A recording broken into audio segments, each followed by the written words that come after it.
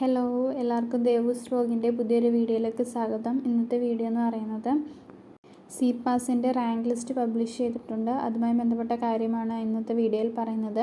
വീഡിയോയിലേക്ക് കടക്കുന്നതിന് മുമ്പ് ഇതുവരെ ചാനൽ സബ്സ്ക്രൈബ് ചെയ്തിട്ടില്ലാത്തവർ സബ്സ്ക്രൈബ് ചെയ്യണം. അതുപോലെ തന്നെ ബെൽ ഐക്കൺ ഓൾ എന്ന് എനേബിൾ ചെയ്ത് കഴിഞ്ഞാൽ നിങ്ങൾക്ക് നോട്ടിഫിക്കേഷൻ എല്ലാം ഉടൻ തന്നെ എത്തുന്നതായിരിക്കും. അപ്പോൾ നമുക്ക് വീഡിയോയിലേക്ക് കടക്കാം. ഇപ്പോൾ CPASൻ്റെ റാങ്ക് ലിസ്റ്റ് ചെക്ക് ചെയ്യുന്നത് ആദ്യം cpasadmission.com എന്ന വെബ്സൈറ്റിൽ ക്ലിക്ക് ചെയ്തതിന് ശേഷം നിങ്ങൾക്ക് ലോഗിൻ എന്നൊരു ഐക്കൺ കാണുന്നതായിരിക്കും. അവിടെ ലോഗിൻ ചെയ്ത് കഴിയുമ്പോൾ നിങ്ങളുടെ user name and password, user name എന്ന് പറയുന്നത് ഇമെയിൽ ID ആണ്. ഇമെയിൽ IDയും പാസ്വേഡും എൻ്റർ ചെയ്ത് ലോഗിൻ ചെയ്യേണ്ടതാണ്. അതിനുശേഷം നിങ്ങൾക്ക് ഒരു പേജ് ഓപ്പണായി വരും. അവിടെ വ്യൂ റാങ്ക് ലിസ്റ്റ് എന്ന് കാണാൻ സാധിക്കുന്നതായിരിക്കും. അതിൽ ക്ലിക്ക് ചെയ്ത് കഴിഞ്ഞാൽ നിങ്ങളുടെ റാങ്ക് ലിസ്റ്റ് കാണാൻ സാധിക്കുന്നതാണ്. അവിടെ നിങ്ങളുടെ റാങ്ക്, ഇൻഡെക്സ് മാർക്ക്, പിന്നെ കമ്മ്യൂണിറ്റി റിസർവേഷൻ റാങ്ക് എന്നിവയാണ് കാണാൻ സാധിക്കുന്നത്.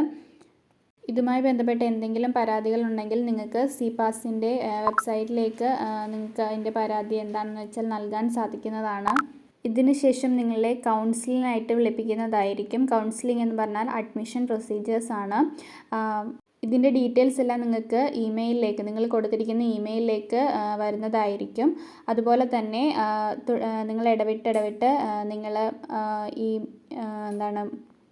CPASൻ്റെ വെബ്സൈറ്റ് നിങ്ങൾ ചെക്ക് ചെയ്യണം.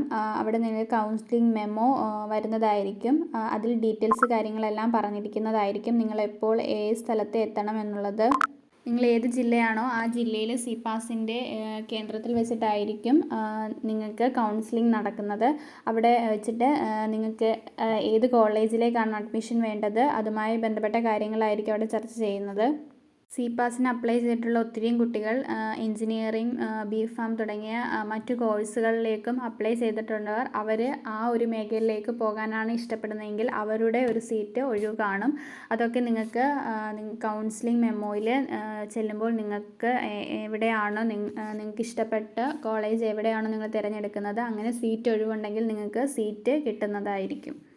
അതുപോലെ തന്നെ ടോക്കൺ ഫീ ആയി 25,000 രൂപ അല്ലെങ്കിൽ അവർ പറയുന്നത് പോലെ 1 ഇയർ കോഴ്സിൻ്റെ ഫീ ആയിരിക്കും അടയ്ക്കേണ്ടത്. അത് കറക്റ്റായിട്ട് എത്രയാണെന്ന് അറിയത്തില്ല.